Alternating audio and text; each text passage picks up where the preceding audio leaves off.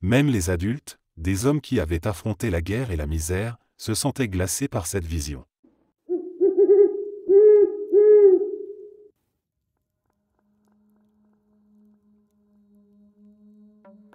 Imaginez Paris au XIXe siècle, une ville où le romantisme et le mystère se mêlent dans les rues pavées, éclairées par des réverbères au gaz.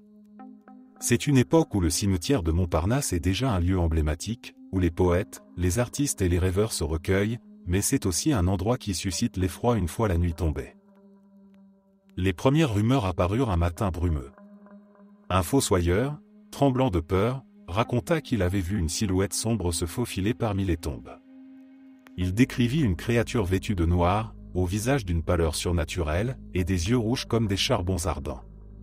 La nouvelle se répandit rapidement, et bientôt, toute la ville parlait du vampire de Montparnasse. Des journalistes, friands de sensations fortes, publièrent des articles alarmants, attisant la panique parmi les Parisiens.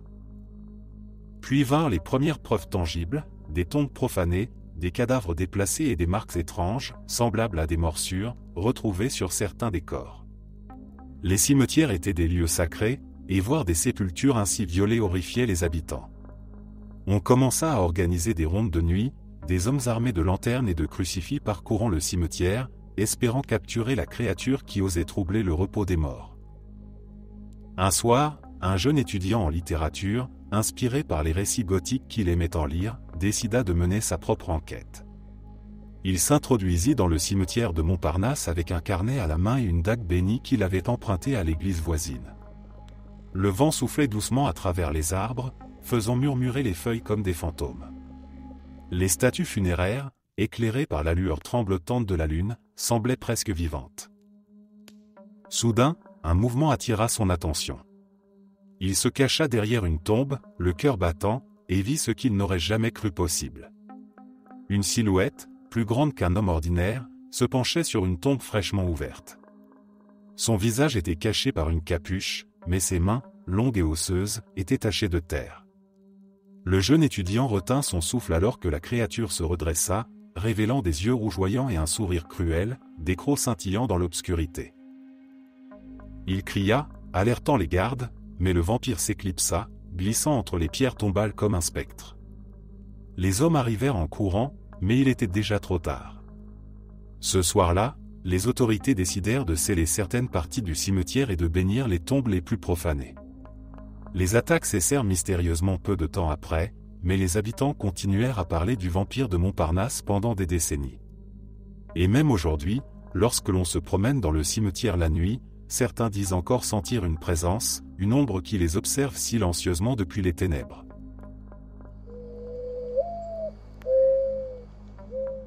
Il m'est arrivé de faire une rencontre étrange avec une femme qui prétendait être un vampire. Au début, je pensais qu'elle était sous l'emprise de la drogue, mais ce qu'elle a fait par la suite m'a laissé perplexe, me demandant si elle disait réellement la vérité. J'avais 16 ans, et un ami et moi nous promenions dans notre parc local tard le soir. C'est là que nous avons vu une femme asiatique vêtue d'une robe traditionnelle chinoise, dansant seule sur l'herbe. Soudain, elle s'est mise à courir dans notre direction, ce qui nous a terrifiés, et elle a commencé à nous complimenter sur notre beauté. Cette femme semblait être dans la vingtaine, peut-être la fin de la vingtaine, et elle était d'une beauté à couper le souffle. Elle répétait qu'elle était un vampire et qu'elle avait des siècles d'existence. À ce moment-là, je me disais, ok, elle doit être complètement droguée. Mais alors, elle a plongé son regard dans le mien et a demandé, « Veux-tu ressentir mon énergie ?» Par curiosité, j'ai dit « oui ». Elle a alors levé sa main, la tenant à quelques centimètres de mon visage. Ce qui s'est passé ensuite m'a complètement secoué, une sorte d'énergie, ou je ne sais quoi, a jailli de sa main, faisant vibrer mon crâne entier et me rendant extrêmement étourdi. Je ne sais toujours pas ce que c'était, mais c'était une sensation incroyablement puissante. Je ne l'ai jamais revue. Aujourd'hui, à 23 ans, je repense souvent à cette nuit étrange, en me demandant si elle était véritablement une créature surnaturelle ou juste une femme dotée de capacités psychiques. J'ai fait des recherches sur les légendes et mythes asiatiques, espérant trouver des réponses sur un esprit ou un démon qui lui ressemblerait, mais je n'ai rien trouvé de vraiment concluant. Peut-être s'agissait-il d'une sorte d'entité surnaturelle connue dans la culture asiatique, ou peut-être n'était-ce qu'une femme envoûtante, étrange, avec des dons psychiques. Si quelqu'un sait ce que cela pourrait être, je serais curieux de l'entendre.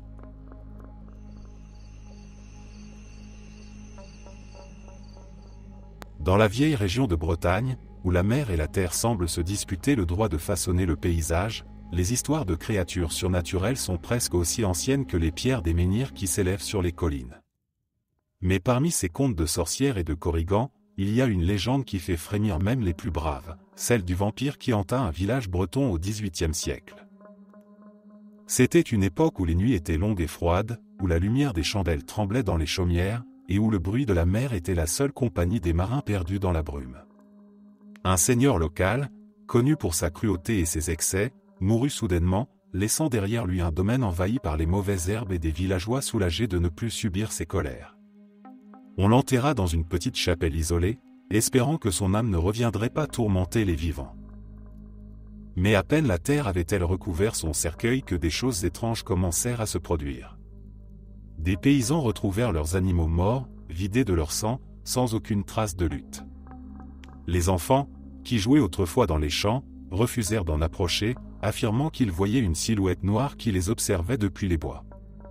Les mères récitaient des prières, et les hommes se réunissaient autour de feu pour discuter de la créature qui semblait avoir pris le seigneur mort pour modèle. Une nuit, un pêcheur, qui rentrait tard de la mer, jura avoir vu le seigneur défunt, ses habits nobles en lambeaux, errant près de la chapelle. Mais ce n'était plus un homme, non. Son visage, déformé par une faim insatiable, était blanc comme l'os, et ses yeux brillaient d'une lueur rouge. Il s'approcha du pêcheur, le regard affamé, mais celui-ci s'enfuit, le souffle court, sans jamais se retourner. Le récit du pêcheur fut la goutte de trop, et le village sombra dans la terreur. Les anciens du village, qui se souvenaient encore des rites anciens, décidèrent de prendre les choses en main. Une nuit de pleine lune, armés de pieux en bois de chêne et de crucifix, ils se rendirent à la chapelle. Ils ouvrirent la tombe du Seigneur, et ce qu'ils virent les glaça jusqu'aux os. Le cadavre ne montrait aucun signe de décomposition, ses lèvres, d'un rouge inquiétant, semblaient fraîches, comme s'il venait de boire du sang. Les hommes ne perdirent pas une seconde. Ils enfoncèrent un pieu dans le cœur du corps inanimé, et certains dirent qu'un cri aigu résonna, se mêlant au vent qui hurlait. Pour être sûr que le vampire ne reviendrait jamais, ils brûlèrent le cadavre, et les cendres furent dispersées dans la mer, afin que l'eau salée emporte à jamais la malédiction. Depuis ce jour, les morts mystérieuses cessèrent, et le village retrouva une paix précaire. Mais les vieilles pierres de la chapelle, aujourd'hui en ruine, continuent de raconter cette histoire à ceux qui osent s'en approcher. On dit que, par certaines nuits d'orage, le vent porte encore le murmure de l'esprit du Seigneur, cherchant désespérément un chemin pour revenir.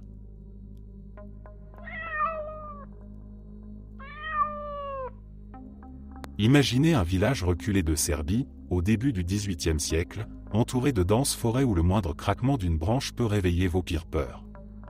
Les habitants vivent simplement, reliant chaque événement étrange à des superstitions vieilles comme le monde.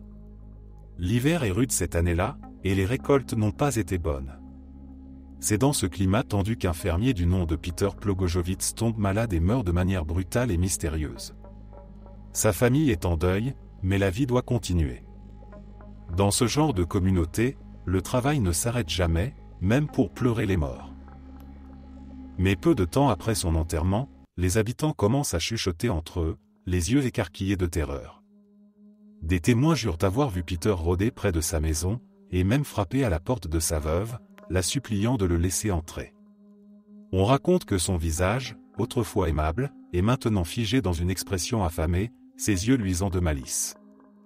Le bruit court qu'il erre dans les rues sombres, c'est pas silencieux comme la brise d'hiver, cherchant quelque chose qu'il n'a pas pu emporter avec lui dans la tombe.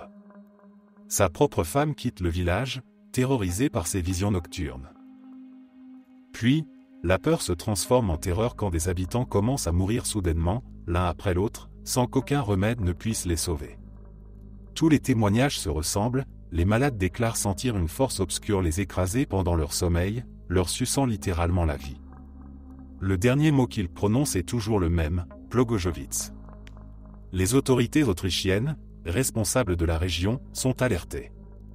L'administration locale, bien que sceptique, ne peut ignorer la panique générale. Un médecin militaire, accompagné de plusieurs responsables locaux, se rend dans le village pour enquêter. Lorsque le groupe décide d'exhumer le corps de Peter, l'atmosphère est chargée de tension. Les hommes du village, munis de pieux et de crucifix, se rassemblent au cimetière. Les femmes et les enfants restent chez eux, récitant des prières ferventes. Le sol gelé cède enfin, et le cercueil de Peter est ouvert sous les regards inquiets de la foule. Ce qu'ils découvrent est pire que tout ce qu'ils avaient imaginé, le corps de Peter est intact, ses joues sont rouges et sa bouche maculée de sang frais, comme s'il venait de se repaître de la vie des vivants. Le médecin, malgré son esprit scientifique, est horrifié. Il n'y a pas d'explication rationnelle. Le peuple, à bout de nerfs, n'attend pas plus longtemps, ils enfoncent un pieu dans le cœur de Peter. Certains jurent avoir entendu un grognement ou vu ses lèvres bouger. Mais ce n'est pas suffisant. Pour s'assurer que ce mal ne reviendra jamais, ils sortent le corps et le brûlent, regardant les flammes emporter avec elles la terreur qui les hantait. Quand tout est terminé, une paix étrange s'installe sur le village. Les morts cessent, et les habitants reprennent leur quotidien, mais avec un nouveau respect pour les forces mystérieuses qui les entourent. Et même des décennies plus tard, l'histoire de Peter Plogojowicz continue d'être racontée au coin du feu, un avertissement pour quiconque penserait que les morts ne peuvent jamais revenir.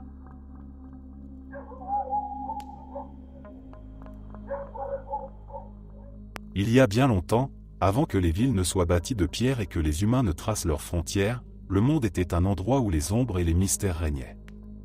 Les récits des anciens parlent d'une créature appelée Lilith, une femme née des ténèbres, belle comme une déesse, mais dangereuse comme une nuit sans étoiles. Son histoire commence avant même la naissance de l'humanité telle que nous la connaissons, dans un jardin luxuriant où les rivières coulaient paisiblement et où chaque être vivait en harmonie, ou presque. Lilith était la première femme, créée non pas à partir de la côte d'Adam, comme Ève plus tard, mais de la même terre. Elle était fière, indépendante et forte, refusant de se soumettre à quiconque, même à Adam. Mais leur désaccord profond sur leurs places respectives dans le monde finit par briser l'harmonie du jardin. Lilith se rebella contre Adam, préférant la liberté aux chaînes de la soumission. Elle prononça le nom sacré de Dieu, un secret interdit, et s'envola du jardin d'Éden, abandonnant derrière elle la lumière pour embrasser les ténèbres. Lilith trouva refuge dans les recoins obscurs de la terre, là où la lumière ne pouvait la toucher, et c'est là que sa véritable nature se révéla. Les anges vinrent la supplier de retourner auprès d'Adam, mais elle refusa obstinément, préférant devenir une maîtresse des ombres plutôt que de revenir à une existence d'obéissance. Pour son défi, elle fut maudite, condamnée à errer éternellement entre la vie et la mort, entre le désir de vivre et l'obsession de se nourrir de la vie des autres. C'est ainsi que Lilith devint une créature de la nuit. On disait qu'elle glissait silencieusement dans les villages, cachée dans la brume, ses yeux brillant d'une lumière écarlate. Les mères serraient leurs enfants contre leur poitrine, car Lilith avait soif de sang jeune. Elle visitait les berceaux la nuit, volant le souffle des nourrissons ou, selon d'autres histoires, buvant leur essence vitale. Les habitants prirent l'habitude de suspendre des amulettes et des talismans aux fenêtres pour repousser l'ombre de la première femme. Mais ce n'était pas seulement le sang des enfants qu'elle désirait. Lilith était aussi une séductrice. Les hommes qui erraient seuls sous la lune tombaient sous son charme irrésistible. Elle apparaissait devant eux, belle au-delà de l'imagination, ses longs cheveux noirs flottant autour d'elle comme un voile de minuit. Elle les attirait dans ses bras, promettant des plaisirs éternels, et les hommes, envoûtés, ne pouvaient résister. Mais ce n'était pas seulement leur passion qu'elle dévorait. Lilith aspirait leur force vitale, les laissant faibles, vidés de toute énergie, leurs âmes brisées. Pourtant, Lilith n'était pas une simple créature assoiffée de sang. Dans ces moments de solitude, on disait qu'elle marchait parmi les forêts silencieuses, cherchant un réconfort qu'elle ne pouvait jamais obtenir. Elle était l'incarnation de la rébellion, un être maudit par son propre désir de liberté, cherchant sans fin un équilibre entre la vie et la mort, entre le désir et la damnation. Avec le temps, les récits de Lilith commencèrent à se confondre avec ceux des vampires. Les gens murmurèrent que les vampires descendaient de son engeance, de cette femme qui buvait le sang pour se nourrir et survivre.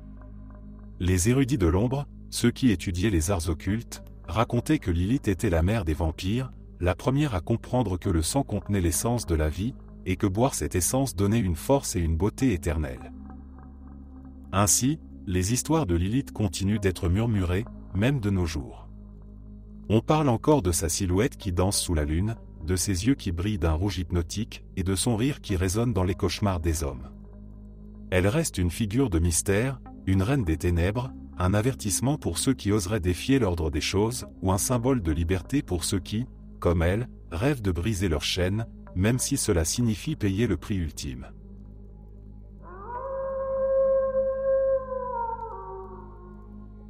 Il y a des siècles, avant que la médecine moderne ne démystifie les maladies, les gens vivaient dans un monde où le surnaturel et la réalité s'entremêlaient. Parmi les nombreuses afflictions qui effrayaient les populations, la rage était l'une des plus terrifiantes. Ce mal étrange frappait sans prévenir, transformant des hommes ordinaires en créatures violentes, méconnaissables, et semblait être l'œuvre de forces sombres que personne ne comprenait. Dans un petit village reculé, entouré d'épaisses forêts où les loups hurlaient à la lune, la peur de la rage était omniprésente. Les habitants vivaient dans la crainte constante des animaux enragés qui pouvaient surgir de l'ombre, mordant tout sur leur passage. Les premiers signes de la maladie étaient effrayants, une soif insatiable, une aversion pour la lumière du jour, et une folie meurtrière qui déformait même les plus doux visages. Ceux qui étaient touchés devenaient des parias, repoussés et craints par tous, car il n'existait ni remède, ni espoir pour eux. Un hiver particulièrement rude, le mal frappa le village de manière inattendue. Un chasseur, autrefois apprécié pour sa bravoure, revint de la forêt avec une morsure profonde à la main. Au début, il n'en fit pas grand cas, mais en quelques jours, tout changea. Sa peau devint d'une pâleur inquiétante, ses yeux, autrefois chaleureux, se mirent à briller d'une lueur sauvage, et il développait une peur irrationnelle de la lumière du soleil. Pire encore, il se mit à fuir l'odeur de l'ail que les villageois utilisaient pour assaisonner leur nourriture. La rumeur se répandit comme une traînée de poudre, le chasseur n'était plus un homme, mais une créature maudite, un vampire. Bientôt, les choses prirent une tournure encore plus effrayante. Des villageois retrouvèrent des animaux morts, exsangues, comme si une bête leur avait aspiré tout le sang. Une nuit, la fille du boulanger affirma que le chasseur s'était glissé jusqu'à sa fenêtre, ses lèvres tachées de rouge, ses dents étincelantes et prêtes à mordre. La panique s'empara de la communauté, et les anciens consultèrent les récits anciens pour savoir comment combattre un tel mal. Des croix furent suspendues aux portes, des pieux furent taillés, et l'ail devint un talisman précieux. Ce que les villageois ne savaient pas, c'est que le chasseur n'était pas un vampire, mais un homme en proie à la rage, une maladie qui se propageait à travers la morsure des bêtes sauvages. La rage provoquait une hydrophobie, une peur de l'eau, qui se traduisait par une aversion pour les liquides, comme le sang ou l'eau bénite. Les spasmes et la soif insatiable de la maladie étaient interprétés comme un besoin de sang humain. Les crises de colère incontrôlables donnaient l'impression que les personnes enragées étaient possédées par un démon. La rage, avec ses effets dévastateurs, ressemblait à s'y méprendre à la légende d'un être surnaturel. Les nuits suivantes, le village prit des mesures drastiques. Les hommes capturèrent le chasseur, qui était maintenant une épave de ce qu'il avait été, ses hurlements déchirant le silence de la nuit. Ils l'empalèrent, croyant sincèrement qu'il libérait leur village d'un vampire. Les anciens bénirent le sol de sa tombe, et le calme finit par revenir. Mais les histoires de cette créature maudite se répandirent bien au-delà des frontières du village.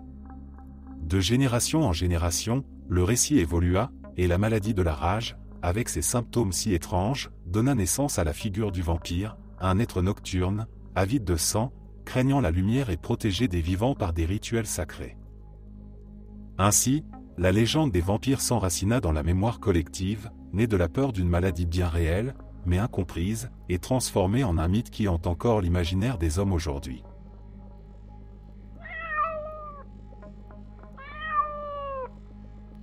Il était une fois, dans le village reculé de Kringa, en Istrie, une communauté qui vivait paisiblement, loin du tumulte des grandes villes.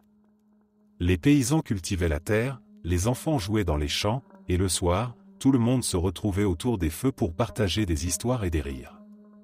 Mais en 1656, un événement changea à jamais le cours de la vie dans ce village tranquille. Jure Grandot, un fermier bien connu, mourut et fut enterré de manière traditionnelle, avec tous les rites chrétiens. Sa femme et ses proches pleurèrent sa mort, pensant qu'ils pourraient désormais tourner la page et continuer leur existence. Cependant, la paix ne dura pas. Quelques mois après la mort de Jure, des choses étranges commencèrent à se produire. Des bruits sourds retentissaient la nuit, comme des coups frappant aux portes des maisons. Les villageois, qui étaient autrefois courageux, devenaient nerveux. Les familles qui entendaient ces coups subissaient bientôt une tragédie, un membre de la maison mourait de manière inexpliquée. Les rumeurs se mirent à circuler, Jure Grando n'était pas resté dans sa tombe, il était revenu, transformé en un être assoiffé de sang, un strigois, comme on l'appelait en Istrie. Les nuits devinrent de plus en plus oppressantes. Les villageois se barricadaient chez eux, serrant des chapelets dans leurs mains tremblantes. Le cimetière, autrefois un lieu de respect et de prière, devint une zone que personne n'osait approcher. La veuve de Jure, qui vivait non loin, racontait avec effroi comment son défunt mari venait la visiter la nuit. Elle le décrivait avec un sourire monstrueux, et ses yeux, autrefois pleins de vie, brillaient maintenant d'une lueur maléfique. Les prières de l'église ne suffisaient plus, et l'idée de laisser ce fléau s'abattre sur le village devint insupportable. Les anciens de la communauté se réunirent en secret pour discuter de ce qu'il fallait faire. Ils décidèrent qu'il n'y avait qu'une seule solution, affronter Jure Grando dans sa tombe et mettre fin à sa malédiction. Le prêtre du village, avec le soutien du maire et de quelques hommes courageux, se porta volontaire pour cette mission périlleuse. Par une nuit froide et brumeuse, le groupe se dirigea vers le cimetière. L'air était chargé d'une tension palpable, et même les plus braves sentaient leur cœur battre à tout rompre. Ils creusèrent, la sueur perlant sur leur front malgré le froid. Lorsque le cercueil de Jure fut enfin dégagé, ils l'ouvrirent, et ce qu'ils découvrirent les glaça jusqu'aux os. Le corps de Jure était intact, comme s'il venait de mourir. Un sourire sadique ornait encore ses lèvres, et ses yeux semblaient briller d'une lueur maléfique, même dans l'obscurité. Pris de panique, mais déterminé à mettre fin à cette horreur, le prêtre brandit son crucifix et récita des prières tandis qu'un homme, le plus courageux d'entre eux, enfonça un pieu dans le cœur de Jure. La légende dit que le cadavre grinça des dents et émit un cri effrayant avant de s'effondrer enfin, immobile pour de bon. Pour s'assurer que le vampire ne reviendrait jamais, ils décapitèrent le corps et l'enterrèrent de nouveau, accomplissant les rites nécessaires pour chasser le mal. Ce fut la fin du règne de terreur de Jure Grando, mais l'histoire ne s'éteignit jamais. Les villageois continuèrent à la raconter, transmettant cette légende d'une génération à l'autre, un récit qui résonne encore aujourd'hui parmi les vieilles pierres de Kringa, rappelant à tous que même les morts peuvent revenir pour hanter les vivants.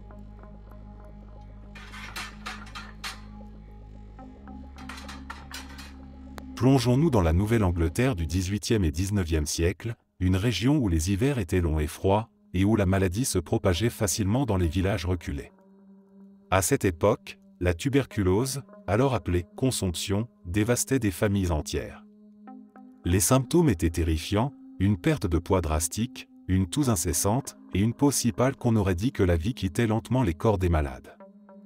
Les médecins de l'époque ne comprenaient pas la maladie, et l'incompréhension donnait naissance à la peur, qui elle-même se transformait en superstition. Dans certaines parties de la Nouvelle-Angleterre, on en vint à croire que la cause de cette maladie n'était pas naturelle, mais surnaturelle. Les morts revenaient, soupçonnait-on, pour se nourrir des vivants, drainant leur énergie. Une idée terrifiante se mit à circuler, les défunts membres de la famille devenaient des vampires, et la seule façon de sauver les vivants était d'exhumer et de neutraliser ces créatures. Ainsi, plusieurs communautés se livrèrent à des rituels macabres pour combattre cette menace invisible. L'un des cas les plus célèbres est celui de la famille Tillinghast, où plusieurs membres moururent de manière inexpliquée. Désespéré, le patriarche de la famille fit exhumer sa fille Sarah. En ouvrant le cercueil, ils trouvèrent son corps étonnamment préservé, avec du sang encore frais autour de sa bouche. Poussés par la peur, ils retirèrent le cœur de Sarah et le brûlèrent, croyant que cela mettrait fin à la malédiction. Un autre cas notoire est celui de la famille Brown, où des rituels similaires furent pratiqués, alimentant encore plus le folklore régional. Ce n'étaient pas de simples exhumations. Les villageois, souvent rassemblés autour d'un feu, exécutaient ces rites avec une solennité effrayante. Ils ouvraient les cercueils, cherchaient des signes de vampirisme, des organes encore rouges de sang, des corps intacts et prenaient des mesures drastiques, comme brûler les organes ou retourner les cadavres. L'odeur de chair brûlée se mêlait à l'air froid, et les prières étaient murmurées pour apaiser les esprits. Pourtant, ces actes n'étaient pas animés par la cruauté, mais par le désespoir. Les gens cherchaient un moyen de protéger leur famille, de se sentir en sécurité dans un monde où la science n'offrait pas de réponse. Aujourd'hui, les squelettes retrouvés avec des pieux dans la poitrine ou des pierres dans la bouche sont des témoins silencieux de cette époque où la peur des vampires était plus réelle que jamais. Dans les montagnes sinistres de la Transylvanie, se dresse une figure légendaire qui a inspiré des histoires d'horreur à travers les siècles, Vlad III, plus connu sous le nom de Vlad l'Empaleur, ou Vlad Dracula. Né en 1431 dans une région tourmentée par des guerres et des invasions, Vlad n'était pas destiné à devenir un simple prince. Son nom, Dracula, vient de l'ordre du dragon, Dracul en roumain, une confrérie fondée pour défendre la chrétienté contre les Ottomans. Mais ce n'est pas seulement pour ses combats épiques qu'il a été immortalisé dans l'imaginaire collectif. C'est pour quelque chose de bien plus sombre.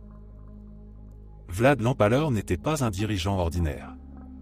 Il était connu pour sa cruauté envers ses ennemis, et son châtiment préféré, l'empalement, fit trembler tout le continent. L'empalement, pour ceux qui osent encore le décrire, consistait à planter une longue lance aiguisée dans le corps de la victime, qui pouvait agoniser pendant des heures, parfois des jours, avant de succomber. Les récits racontent que Vlad aurait empalé des dizaines de milliers d'ennemis, et que la vue de ces « forêts de pieux » où les corps se balançaient sous le vent, terrifiait même les guerriers les plus endurcis. Ces méthodes de terreur ont donné à Vlad une réputation de monstre, mais c'est une autre facette de son histoire qui a alimenté les rumeurs vampiriques. Des chroniques de l'époque racontent que Vlad l'Empaleur aimait dîner parmi ses victimes empalées. Une légende particulièrement macabre rapporte qu'il trempait son pain dans le sang de ses ennemis. Bien que certains historiens pensent que ces histoires ont été exagérées par ses adversaires pour le diaboliser, le lien entre Vlad et le sang était trop fort pour ne pas être remarqué. Dans une époque où le folklore et les superstitions régnaient, ce n'était qu'un pas de plus pour associer Vlad à un être surnaturel, un vampire. Les villageois de Transylvanie, déjà bien enclins à croire aux créatures nocturnes, ajoutèrent leurs propres histoires à la réputation de Vlad. Ils parlaient de ses yeux perçants, capables de transpercer l'âme, de sa force presque surhumaine et de son désir apparent pour la souffrance des autres. Certains racontaient même qu'il ne dormait jamais et qu'il avait un appétit insatiable pour la violence, des attributs qui rappelaient ceux des vampires de leur légende. Ce n'est pas seulement sa brutalité qui faisait de Vlad une figure terrifiante. C'était aussi sa capacité à manipuler la peur. Lorsqu'il savait que des ennemis approchaient de son territoire, il n'hésitait pas à planter des milliers de corps empalés le long des routes principales.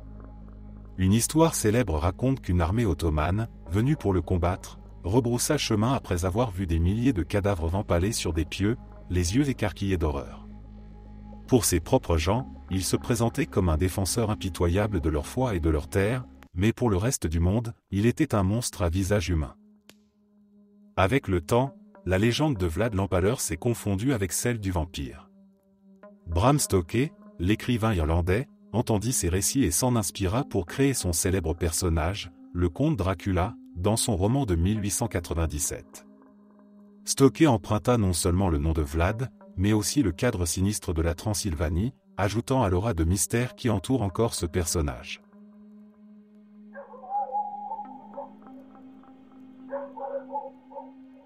Retour dans les années 1950, cette fois dans le quartier industriel de Gorbal, à Glasgow. C'était une époque difficile, où les enfants jouaient parmi les ruines laissées par la guerre, se racontant des histoires effrayantes pour passer le temps. Mais une histoire, en particulier, allait déclencher une panique collective. Cela commença par des rumeurs, de simples chuchotements qui couraient dans les cours d'école. Un vampire de 7 pieds de haut, aux dents de fer, rôdait dans le cimetière de Gorbal, et il se nourrissait du sang des enfants. Les adultes ne prirent pas ces récits au sérieux, pensant que ce n'étaient que des histoires d'enfants trop imaginatifs. Mais pour les jeunes, c'était bien réel. Bientôt, des centaines d'entre eux se rassemblèrent, armés de bâtons, de couteaux de cuisine et de croix improvisées, prêts à chasser ce vampire. Le cimetière de Gorbal devint un champ de bataille, avec des enfants qui scrutaient chaque recoin, cherchant des indices, prêts à affronter une créature qui, pour eux, était tapie dans les ombres. La situation devint si chaotique que la police dut intervenir pour disperser la foule. Les médias s'emparèrent de l'histoire, et l'affaire devint un sujet de débat national. Des experts accusèrent les bandes dessinées d'horreur de l'époque d'avoir implanté ces idées dans la tête des enfants. Les églises prêchèrent contre l'influence néfaste de la culture populaire. Mais pour ceux qui avaient participé à la chasse, ce n'était pas une simple histoire. Ils avaient ressenti la peur, entendu les bruits étranges venant des tombes, et vu des silhouettes glisser entre les arbres. Aujourd'hui, le vampire de Gorbal est une légende urbaine que l'on raconte encore à Glasgow. Le cimetière est toujours là, calme et silencieux, mais les anciens se rappellent cette époque où la peur des vampires, bien que totalement irrationnelle, avait uni une génération d'enfants dans une chasse collective. Et même si les raisons étaient absurdes, cette histoire montre le pouvoir de l'imaginaire collectif, et comment une simple rumeur peut se transformer en une aventure que personne n'oubliera jamais.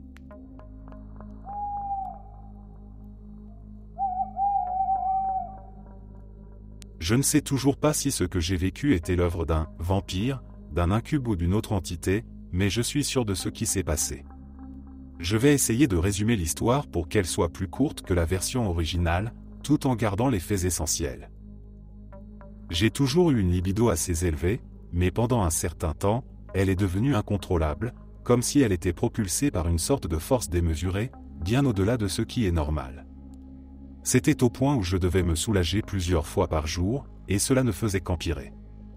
Cela a duré plusieurs semaines, et je commençais à me poser des questions. Jamais auparavant je n'avais ressenti une telle intensité de désir, c'était inexplicable, presque inquiétant. Puis un jour, après m'être occupé de moi-même comme je le faisais régulièrement, j'ai décidé de me reposer un peu. Je me suis allongé pour une sieste, mais je n'étais pas endormi. J'étais détendu, oui, mais bien éveillé.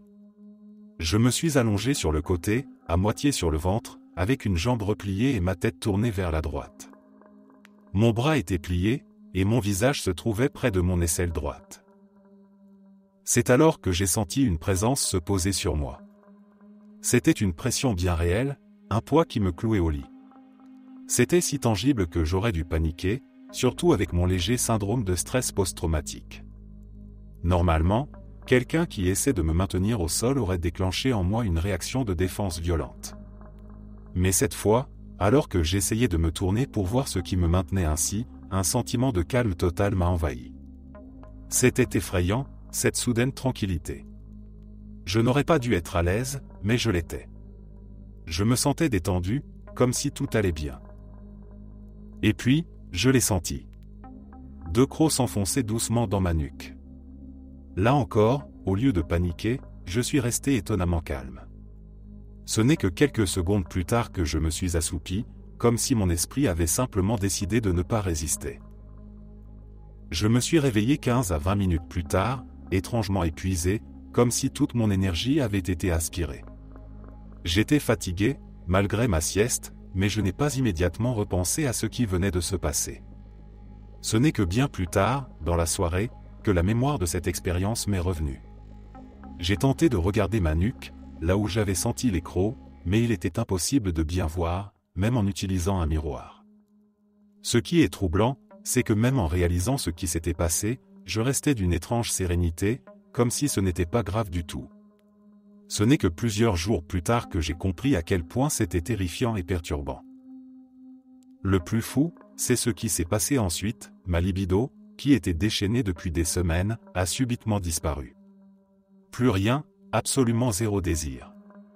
Je n'ai rien ressenti pendant des mois, une absence totale de pulsion, ce qui n'était pas du tout normal pour moi. Il m'a fallu des mois pour récupérer et retrouver une sexualité normale. À ce jour, je ne sais toujours pas ce que c'était. Une entité surnaturelle? Une hallucination étrange? Une forme de paralysie du sommeil? Quoi que ce fût, cela a laissé une impression indélébile sur moi.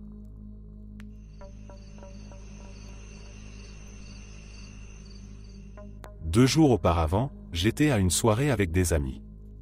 Tout se passait bien, mais, pour moi, c'était assez ennuyeux, car je ne peux pas boire d'alcool à cause de mes problèmes d'estomac. Malgré tout, on a réussi à s'amuser un peu. Nous avons quitté la fête assez tôt pour aller chez un ami, histoire de nous détendre. Après quelques minutes, d'autres amis à lui sont arrivés pour se joindre à nous, et la soirée a continué. Finalement, il s'est fait très tard, et j'ai décidé qu'il était temps pour moi de rentrer chez moi. Quelques amis ont proposé de me raccompagner en voiture. Mais juste avant d'atteindre la voiture, nous avons remarqué un groupe d'hommes devant, dont certains semblaient ivres. Cela ne m'a pas inquiété, je ne m'attendais pas à ce que ça pose problème. Je me suis dirigé vers la voiture pour entrer à l'arrière, attendant que le propriétaire ouvre la portière. Mais un homme du groupe s'est approché, a dit au propriétaire de la voiture qu'il devait rentrer dans la maison, qu'on l'attendait. Ce qui était étrange, c'est que le propriétaire a obéi sans poser de questions, sans ouvrir la voiture ni m'avertir. J'étais perplexe, debout là, sans savoir quoi faire. Après un moment d'hésitation, j'ai décidé de retourner dans la maison pour vérifier s'il allait bien me raccompagner ou si je devrais trouver un autre moyen de rentrer. Je ne peux pas conduire, car j'ai eu un accident il y a quelques années, et mon permis est suspendu. Je suis rentré dans la maison, mais je n'ai pas trouvé le propriétaire. J'ai salué mes amis une nouvelle fois, réfléchissant à la façon dont j'allais rentrer chez moi, car à cette heure-là, il était environ 4 heures du matin, les transports en commun ne fonctionnent plus. Pour préciser, je vis en Europe de l'Est, et je ne sais pas si le système de transport aux États-Unis est différent, mais ici, c'est souvent une galère à ces heures-là. Et c'est là que les choses ont pris une tournure étrange. L'un des hommes que j'avais vu dehors est entré dans la maison, accompagné de 2 autres. Il avait des cheveux bruns foncés, une silhouette mince et portait des vêtements amples, très ordinaires. Ce qui m'a frappé, ce n'est pas son apparence, mais l'étrange sentiment qui m'a envahi dès qu'il est entré. Il avait des yeux bruns foncés, vitreux, et il m'a fixé un instant sans rien dire. Puis il a commencé à bouger dans la maison d'une manière qui m'a semblé anormale. Comme si ses mouvements défiaient la logique. Il se déplaçait en avant, mais d'une façon qui donnait l'impression qu'il reculait. Ses bras restaient étrangement positionnés derrière son corps, ce qui renforçait cette sensation perturbante. Le sentiment que j'ai ressenti n'était pas de la peur, pas celle qu'on éprouve face à quelque chose de surnaturel ou terrifiant, comme des fantômes ou des démons. C'était autre chose. C'était comme un choc viscéral, une sensation que j'ai déjà eue en assistant à des scènes de violence ou en voyant quelque chose de très graphique, quelque chose de traumatisant. Mon cerveau semblait se réorganiser sous l'effet de cette sensation, comme s'il essayait de gérer ce que je voyais. Il m'a regardé longuement, et moi, j'étais figé, incapable de bouger. Ma bouche s'est entr'ouverte, mes yeux étaient écarquillés, fixés sur lui. Mais, instinctivement, je savais que je ne devais pas croiser son regard. C'était comme si une voix intérieure me disait de ne pas le faire. Il n'a rien dit, personne ne lui a parlé, et il a continué de bouger étrangement dans la maison avant de s'arrêter sous l'embrasure de la porte. Là, il s'est tourné une dernière fois pour me regarder. Il était d'une pâleur cadavérique et semblait évoquer encore cette même sensation angoissante, indescriptible. Puis il est parti. Je me suis convaincu que tout allait bien, que rien d'anormal ne s'était produit, et j'ai quitté la maison de mon ami pour rentrer chez moi. Une fois dehors, le froid mordant de la neige et la fatigue ont chassé cette expérience de mon esprit. Mais alors, je l'ai revu. Il se tenait près d'une agence de voyage fermée, appuyé contre les vitrines. Il semblait ne pas m'avoir remarqué, mais je savais que c'était lui. J'ai changé de trottoir, espérant mettre de la distance entre nous, tout en gardant un œil sur lui. À mi-chemin, il a tourné la tête, m'a vu, et a esquissé un sourire bref. Avec la neige, la distance, je ne pouvais pas voir son visage clairement, mais sa bouche semblait d'un rouge sombre, presque ensanglanté. J'ai accéléré le pas, craignant qu'il ne me suive, mais il est resté immobile, me regardant partir. Quand je suis arrivé chez moi, je me sentais encore bouleversé. J'ai allumé une cigarette en ouvrant la fenêtre, bien que je vive au 15e étage, en me demandant s'il pouvait, d'une manière ou d'une autre, venir jusqu'ici. Bien sûr, rien ne s'est passé, et j'ai fini par m'endormir. Mais maintenant, en écrivant ceci, le souvenir de cette rencontre est encore vif. L'image de cet homme, ou de cette chose, me revient souvent. Ce n'était pas un être humain ordinaire, je le sentais profondément. Pourtant, il était suffisamment humain pour que je ne ressente pas la peur classique du surnaturel. Je ne sais pas ce qu'il était, mais le terme qui me vient en tête est vampire. Pas un vampire de roman ou de légende connue, mais quelque chose de similaire, quelque chose de profondément inquiétant. Quelqu'un d'autre a-t-il déjà vécu quelque chose de similaire ?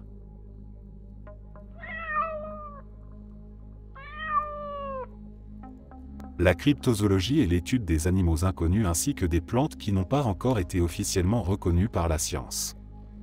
Dans certains cas, les cryptozoologues se sont penchés sur des récits impliquant des plantes carnivores géantes qui consomment des animaux, voire des êtres humains.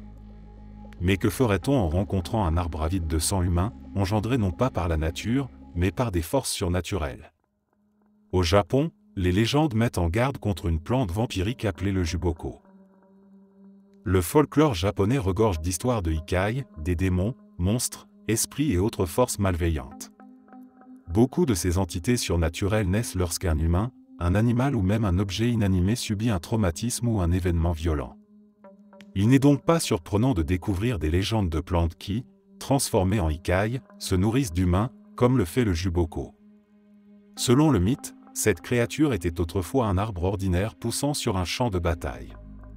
Ses racines ont absorbé des quantités massives de sang des guerriers tombés, ce qui a donné naissance à un monstre. Le juboko ressemble à n'importe quel arbre ordinaire d'une forêt, attendant patiemment une victime inattentive. Seuls les plus observateurs pourraient remarquer certains indices inquiétants, tels que des branches hérissées de manière anormale ou des os émergeant des racines. Cependant, beaucoup échouent à repérer ces signes et s'approchent trop près, tombant alors dans le piège de l'arbre. Le juboko saisit sa proie avec ses branches, la soulevant au centre de son tronc. Les branches transpercent les veines et les artères de la victime pour aspirer tout son sang. Le cadavre est soit laissé suspendu, soit déposé au sol pour que les animaux et les charognards se nourrissent, les os finissant par joncher le sol autour des racines. Bien que le juboko préfère le sang humain, il peut aussi se nourrir de gros animaux si les humains sont rares. Comme beaucoup de légendes japonaises de ikai, il existe des récits sur la manière de vaincre le juboko. Bien qu'il soit un démon, il reste vulnérable comme n'importe quel autre arbre. Certaines histoires parlent de le couper en morceaux tout en se défendant de ses branches agressives, ou de l'incendier jusqu'à ce qu'il ne reste que des cendres. Détail intéressant, selon la mythologie, une branche du juboko aurait des propriétés curatives. Si elle est coupée et utilisée correctement, elle peut guérir des blessures et même soigner certaines maladies. Ainsi, si jamais vous vous aventurez dans une forêt ancienne du Japon, méfiez-vous des arbres silencieux et de leurs racines sinistres. Qui sait ? Peut-être qu'un juboko attend, caché, assoiffé de sang.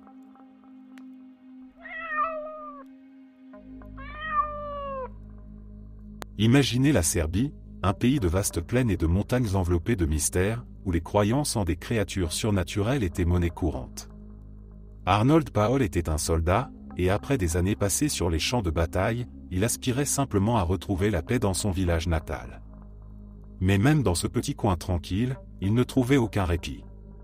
Ses voisins le voyaient souvent méditatif, avec des yeux hantés par des souvenirs que personne d'autre ne pouvait comprendre. Arnold n'était pas un homme à confier ses craintes facilement, mais un soir, alors qu'il buvait du vin avec quelques villageois, il laissa échapper une révélation terrifiante. Il raconta comment, pendant son service militaire, il avait été attaqué par un vampire. Sa voix tremblait tandis qu'il expliquait comment il avait dû se protéger en mangeant de la terre de la tombe de la créature et en se frottant d'ail. Les villageois écoutaient, incrédules, mais comme souvent, les histoires de soldats étaient teintées de folklore, et personne ne prit vraiment ses propos au sérieux. Pourtant, ce souvenir le hantait comme une ombre sinistre.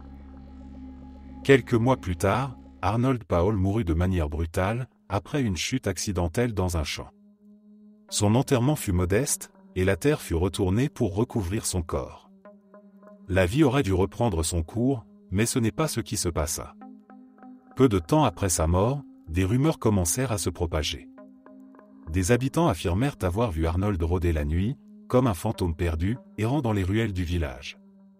Des ombres étranges semblaient danser dans l'obscurité, et l'air même devenait glacial lorsque la nuit tombait. Le pire était encore à venir. Des villageois commencèrent à tomber malades, une mystérieuse faiblesse s'emparant d'eux. Certains affirmaient qu'ils avaient été visités en rêve par Arnold, et qu'il leur avait souri d'un sourire sinistre avant de les mordre.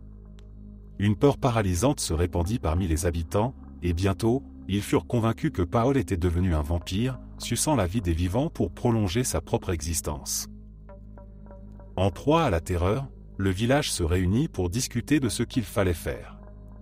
Finalement, les hommes, armés de pieux en bois et de crucifix, se rendirent au cimetière. Ils exhumèrent le corps d'Arnold dans un silence pesant, où même les oiseaux semblaient retenir leur souffle. À leur grande horreur, ils découvrirent son cadavre en parfait état de conservation. Ses joues étaient rosies, et du sang frais s'échappait de sa bouche. Il n'y avait plus de place pour le doute, Arnold était devenu l'un des morts vivants. Le rituel fut macabre. Ils enfoncèrent un pieu en plein cœur de son cadavre, et certains jurèrent avoir entendu un cri émaner de sa bouche. Mais cela ne suffisait pas. Pour s'assurer que son influence maléfique ne persisterait pas, ils brûlèrent son corps et dispersèrent ses cendres.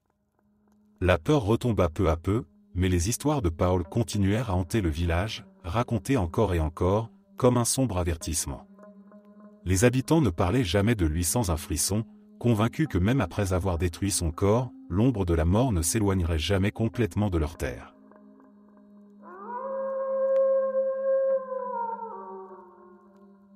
Laissez-moi vous emmener dans le Rhode Island de la fin du XIXe siècle, dans le paisible village d'Exeter, un endroit où les hivers sont glaciaux et où la tuberculose, qu'on appelait alors consomption, faisait des ravages.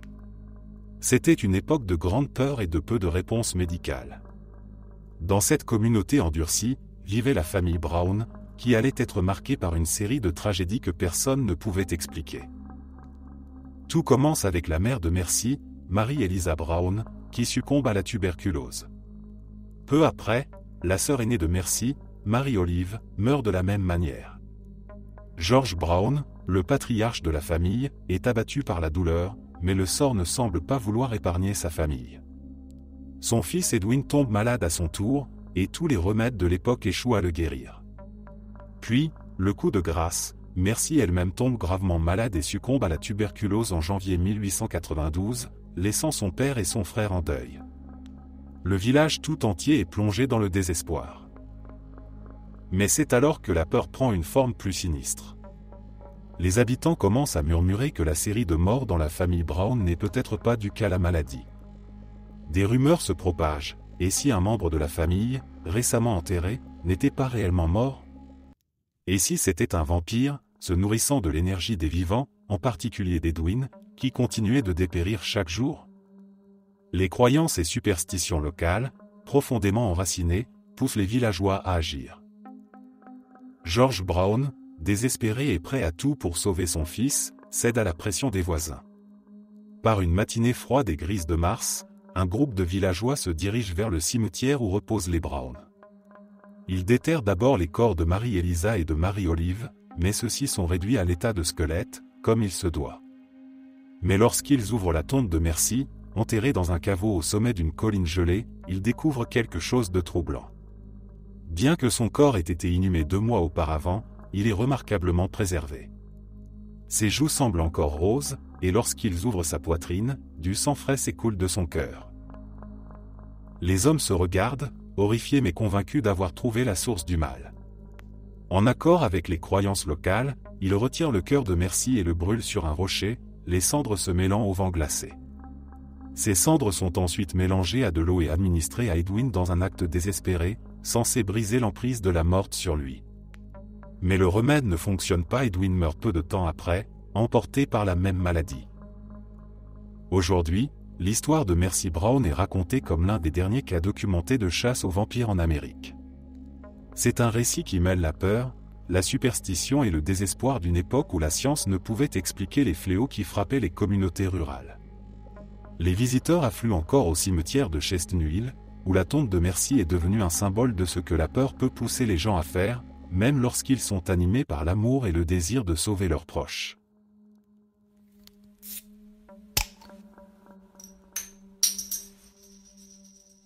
Ceci est une histoire que ma grand-mère m'a racontée, et je vais faire de mon mieux pour vous la transmettre, même si elle n'est peut-être pas parfaitement exacte. Il y a plus de 70 ans, je suis désolé de ne pas connaître le moment précis, mon arrière-grand-père est mort d'une crise cardiaque. Comme toute personne décédée, il a été enterré de manière habituelle. Ici, nous avons une tradition étrange. Tous les 5 ans, nous déterrons les restes des défunts, et la famille peut décider de déplacer le corps ou de le laisser là où il est, surtout si le cimetière doit faire de la place et qu'il n'y a plus de proches pour s'occuper de la tombe. Donc, 5 ans après la mort de mon arrière-grand-père, sa dépouille a été exhumée. Ce qui était surprenant, c'est qu'il n'avait pas du tout subi de décomposition. Il avait l'air d'avoir été enterré la veille, comme si le temps ne l'avait pas touché. 5 années supplémentaires ont passé. Une fois encore, il était temps de soulever ses restes, mais cette fois, lorsqu'ils ont ouvert le cercueil, il était vide. Ce fait troublant aurait pu clore l'histoire, mais ce n'est pas là que tout s'arrête. 10 ans plus tard, ma tante, qui avait 8 ans à l'époque, était seule à la maison un jour. Elle a entendu un bruit étrange et, curieuse, est allée voir ce qui se passait. En entrant dans la cuisine, elle y a trouvé un homme qu'elle ne connaissait pas. Il la regardait, et avec une voix douce, il a dit « N'aie pas peur. Je suis venu voir ma première petite fille. » Puis, tout aussi mystérieusement qu'il était apparu, il a disparu. Plus tard, quand ses parents sont rentrés, ma tante leur a raconté ce qui s'était passé. En décrivant l'homme, elle a vu l'incrédulité dans leurs yeux, mais sa mère a eu une idée. Ils sont allés chercher un vieil album photo, et ma tante a identifié, sans hésitation, son arrière-grand-père, qu'elle n'avait jamais vu auparavant, ni même en photo. Ma grand-mère raconte souvent cette histoire, mais elle préfère laisser de côté la partie que ma tante a ajoutée. Selon elle, il y a une explication bien plus terre à terre. Le prêtre de l'époque aurait vendu le corps de mon arrière-grand-père parce qu'il ne se décomposait pas, une chose rare et précieuse à l'époque, dit-elle. Quant à ce que prétend ma tante, ma grand-mère assure que ce ne sont que des affabulations d'une enfant impressionnée par des récits familiaux, rien de plus. Mais qui sait ce qui s'est réellement passé ?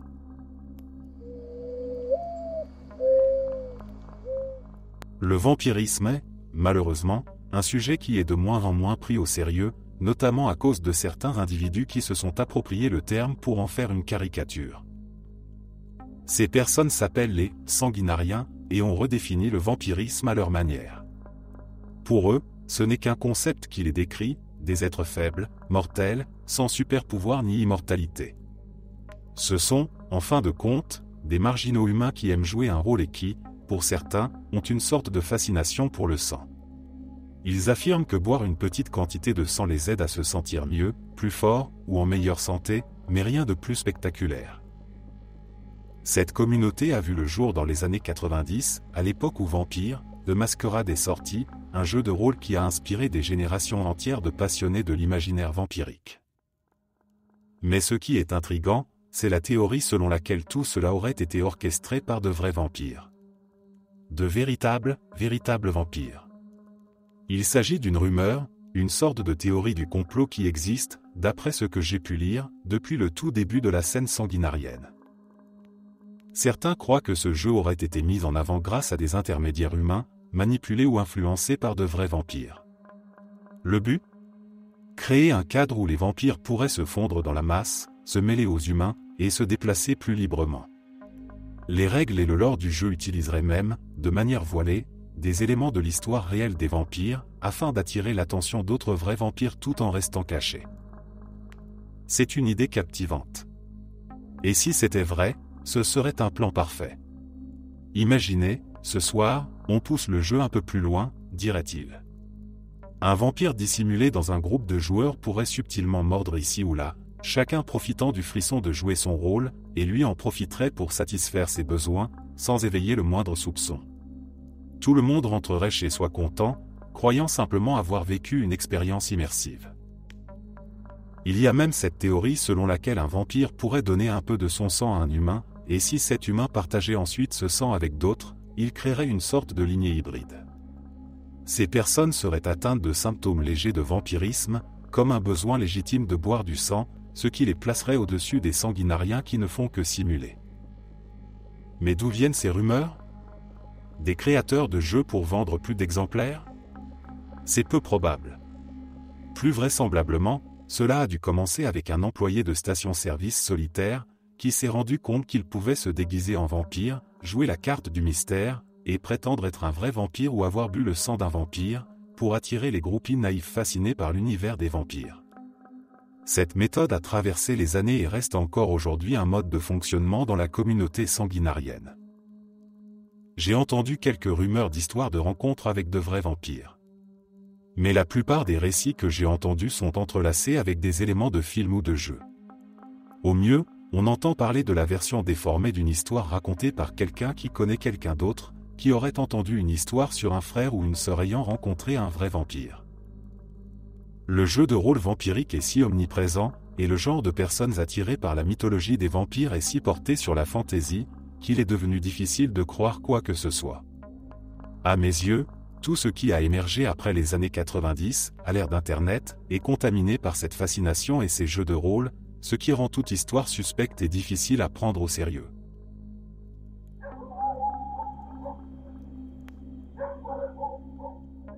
Dans les années 1950, la petite ville de Bladensboro, en Caroline du Nord, a connu une série d'événements étranges qui laissa ses habitants terrifiés.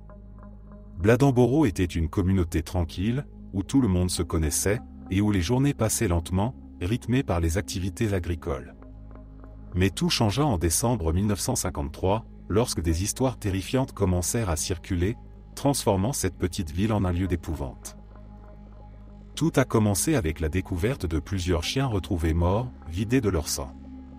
Les descriptions étaient glaçantes, les animaux semblaient avoir été tués par une créature aux crocs acérés, et il n'y avait presque pas de traces de sang autour des corps, comme si quelque chose l'avait soigneusement aspiré. La panique ne tarda pas à s'emparer des habitants, et très vite, les rumeurs d'un vampire circulèrent. Mais ce n'était pas un vampire ordinaire, non. On parlait d'un animal monstrueux, une créature mi-loup, mi-félin, doté de la capacité de se déplacer silencieusement dans la nuit et de s'attaquer à ses proies sans laisser de traces. La peur grandit lorsque des témoins rapportèrent avoir vu la créature. Certains la décrivaient comme un félin gigantesque aux yeux luisants, d'autres parlaient d'un loup avec des griffes terrifiantes. Mais tous s'accordaient sur une chose, elle était rapide, rusée, et émettait des cris si perçants qu'ils glaçaient le sang. Les habitants s'organisèrent alors en groupes de chasse, armés de fusils et de lampes torchées. Les hommes patrouillaient les rues et les bois environnants, prêts à affronter cette menace invisible. Le maire de la ville ordonna même des couvre-feux, et les enfants n'étaient plus autorisés à sortir après le coucher du soleil. Chaque nuit, les chasseurs se rassemblaient autour de feux de camp, l'oreille tendue vers la forêt sombre qui encerclait Bladensboro. Mais la créature semblait insaisissable, un fantôme tapi dans les ombres. Une nuit, un groupe de chasseurs prétendit avoir vu des yeux rouges les fixer depuis l'orée du bois, mais avant qu'ils ne puissent tirer, la créature s'était déjà volatilisée dans l'obscurité. La peur se changea en hystérie, et des journalistes affluèrent même en ville, rendant l'affaire nationale. Puis, soudainement, tout cessa. Les morts d'animaux s'arrêtèrent, et la créature sembla disparaître aussi mystérieusement qu'elle était apparue. Certains pensent encore qu'il s'agissait d'un puma échappé de captivité ou d'un animal sauvage non identifié. D'autres, plus superstitieux, sont persuadés que Bladensboro avait été la proie d'un véritable vampire animal, une créature surnaturelle qui avait décidé de hanter la ville avant de s'en aller vers d'autres contrées. Le mythe est devenu une part intégrante du folklore de la ville, rappelé chaque année lors de festivals où l'on raconte encore et encore les nuits où le sang coulait sans qu'aucun coupable ne soit trouvé, et où un monstre inconnu faisait régner la terreur.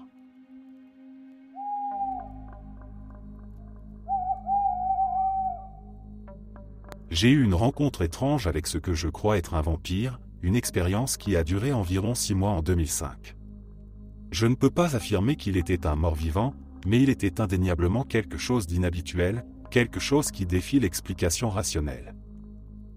La première fois que je l'ai rencontré, c'était dans les basses sphères astrales, alors que je faisais un rêve lucide.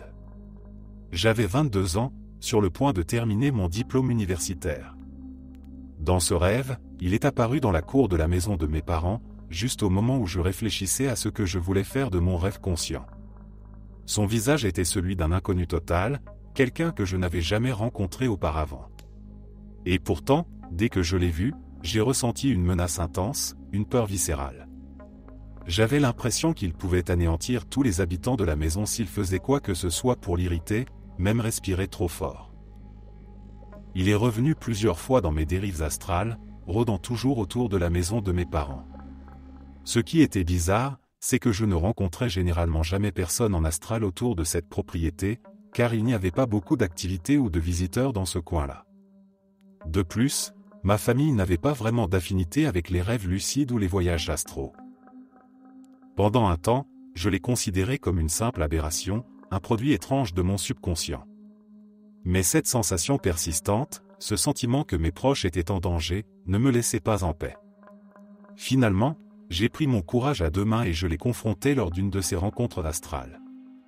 Habituellement, quand je fais face à des inconnus dans mes rêves, je leur pose des questions comme « Que représentes-tu dans ma vie ?», cherchant à comprendre la symbolique derrière leur apparition. Sa réponse m'a glacé. « Ça ne fonctionne pas comme ça. » Étonné, j'ai demandé ce qu'il voulait dire. « Je ne fais pas partie de ton subconscient », a-t-il précisé. Nous avons discuté pendant une bonne demi-heure, je vous épargne les détails. En résumé, il m'a dit qu'il était un vampire, qu'il venait d'un autre état, et qu'il explorait la région astralement. Il avait choisi la maison de mes parents parce que, en tant qu'étudiant en arts occultes, j'avais mis en place plusieurs protections magiques autour de la propriété, mais apparemment pas assez puissantes pour le repousser, lui. À la fin de notre conversation, j'étais toujours sceptique. Je me suis réveillé, pensant que tout cela n'était qu'une illusion. Mais avant de disparaître, il m'a promis qu'il viendrait me voir par courtoisie. Après cette nuit-là, je n'ai plus jamais rêvé de lui. Environ 2 mois et demi plus tard, j'avais presque oublié cette histoire étrange. Ma vie était très occupée, j'étais hôtesse principale et caissière dans l'un des 3 emplois que j'avais pour rembourser mes frais de scolarité. Et là, un jour, cet homme entre dans le restaurant. Il s'assoit au bar et passe commande. Il était impossible de le confondre avec quelqu'un d'autre, son visage, sa voix, son accent, ses expressions, tout correspondait à la version que j'avais rencontrée dans mes rêves. J'ai passé les 25 minutes suivantes à essayer de garder mon calme, à me concentrer sur mon travail. Une de mes collègues, charmée par son allure, a essayé de discuter avec lui. Il lui a dit qu'il était juste de passage, qu'il visitait un ami. Quand il est venu payer sa note, il m'a remis l'argent en disant « Je t'avais promis de tenir ma parole ». Le simple contact de sa main sur la mienne m'a submergé d'une sensation de danger, comme si j'étais en présence de quelque chose de mortel. Je n'ai rien dit, mais j'ai pensé très fort, que les dieux nous protègent tous les deux si nous devenons ennemis. Il m'a lancé un clin d'œil, est sorti du restaurant, et j'ai couru me cacher dans la chambre froide pour essayer de calmer mes mains tremblantes, comme si j'avais absorbé une overdose de caféine. Ma collègue, intriguée, m'a rejointe et m'a demandé ce qu'il y avait entre ce type et moi. Je n'ai pas su quoi lui répondre.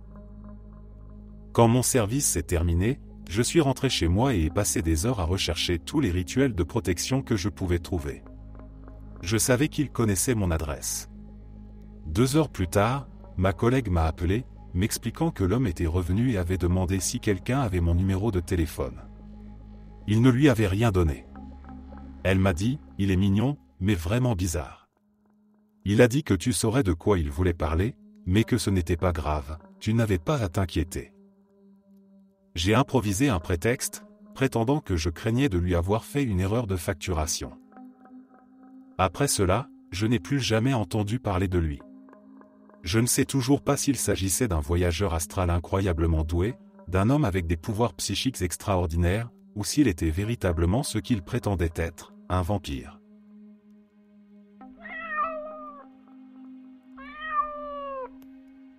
Imaginez un château sombre, perché sur une colline escarpée en Hongrie, avec des murs si épais qu'ils semblent murmurer des secrets anciens.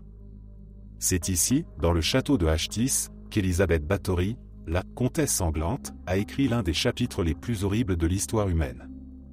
Issue de l'une des familles les plus puissantes de Transylvanie, Élisabeth était belle, intelligente et redoutée. Mais sa beauté n'était que la surface d'un mal plus profond, car ce que l'on raconte d'elle est digne des pires cauchemars. Les premières années de sa vie sont marquées par le privilège et l'autorité, mais derrière les portes closes, des rumeurs commencent à circuler. On parle de jeunes filles portées disparues après avoir été embauchées comme servantes au château. Au début, ces disparitions passent presque inaperçues. ce n'est pas rare qu'un domestique quitte son emploi ou disparaisse dans une époque aussi instable. Mais avec le temps, les histoires deviennent plus macabres.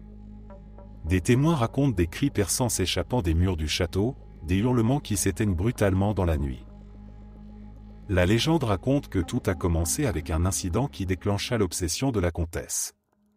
Un jour, une servante tira accidentellement les cheveux d'Élisabeth en la coiffant. Furieuse, la comtesse lui donna une gifle si violente que le sang de la jeune fille éclaboussa sa main. Élisabeth, fascinée, observa le sang sur sa peau, et une idée terrifiante s'empara d'elle: le sang des jeunes filles pouvait-il conserver sa jeunesse éternelle?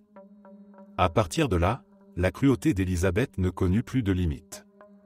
Les histoires racontent comment elle torturait ses victimes, les saignant lentement dans des chambres spécialement conçues pour recueillir leur précieux liquide vital. Ces méthodes étaient aussi inventives que terribles, allant de morsures sauvages à des mutilations sadiques.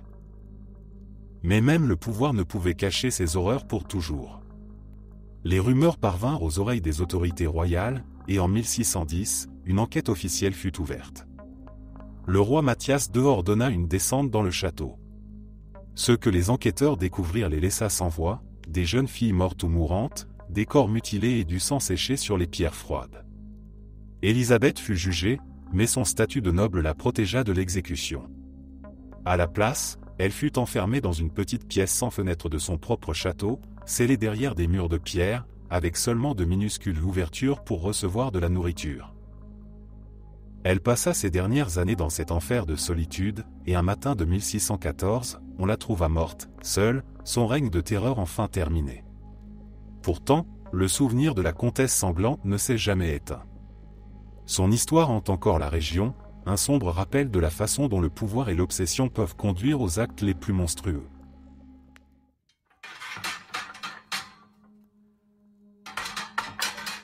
C'est une histoire qui a commencé de manière presque banale, mais qui a rapidement enflammé l'imagination de tout Londres.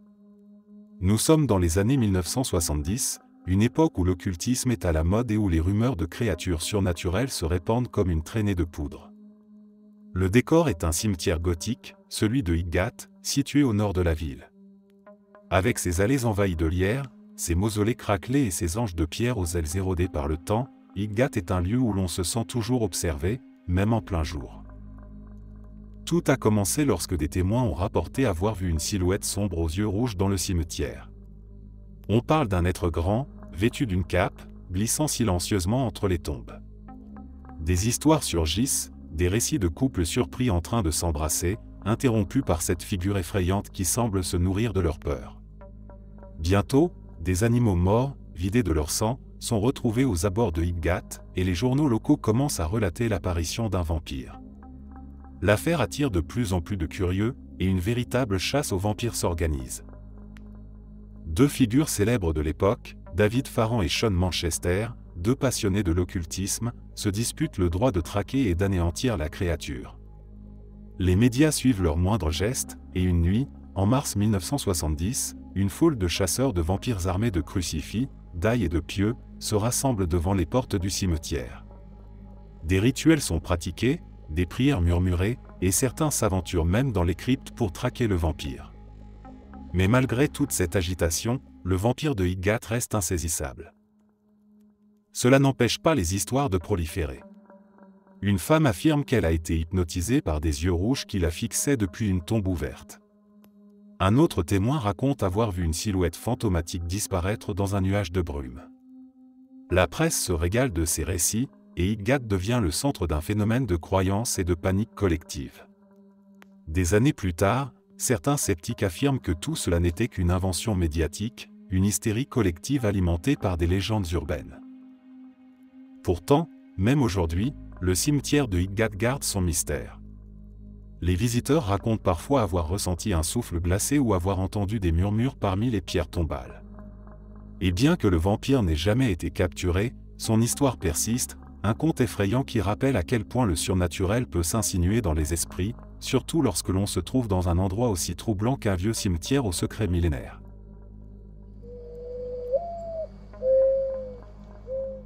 Les souvenirs de mon grand-père étaient gravés dans mon esprit, une histoire qu'il me racontait rarement, mais dont chaque mot semblait imprégné de frissons et de silence. Quand il était petit, dans son village reculé, une légende terrifiante hantait les habitants.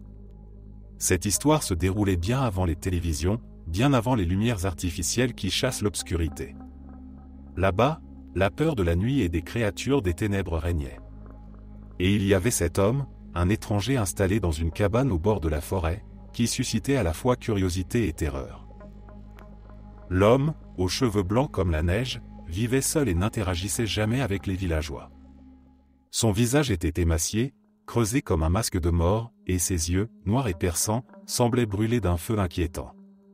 Au début, les gens évitaient simplement son chemin, racontant des histoires à voix basse sur ces apparitions étranges. Mais bientôt, une série de disparitions secoua le village. Des enfants manquaient à l'appel, d'abord un garçon d'un village voisin, puis une petite fille, dont les parents l'avaient cherché en vain dans la forêt. Les battues n'aboutissaient qu'à du silence, et la peur se propageait comme une ombre dans chaque foyer. Les rumeurs prirent vie, et le visage de l'homme solitaire devint le point de ralliement de toutes les peurs. On chuchotait qu'il errait la nuit, le visage taché de sang, les yeux animés d'une lueur sauvage. Il se murmurait qu'il était convaincu que boire le sang et consommer la chair des enfants lui permettrait de retrouver sa jeunesse, de repousser la mort elle-même. Aux yeux du village, il n'était plus un homme, mais une créature maudite, une sorte de vampire des histoires d'horreur.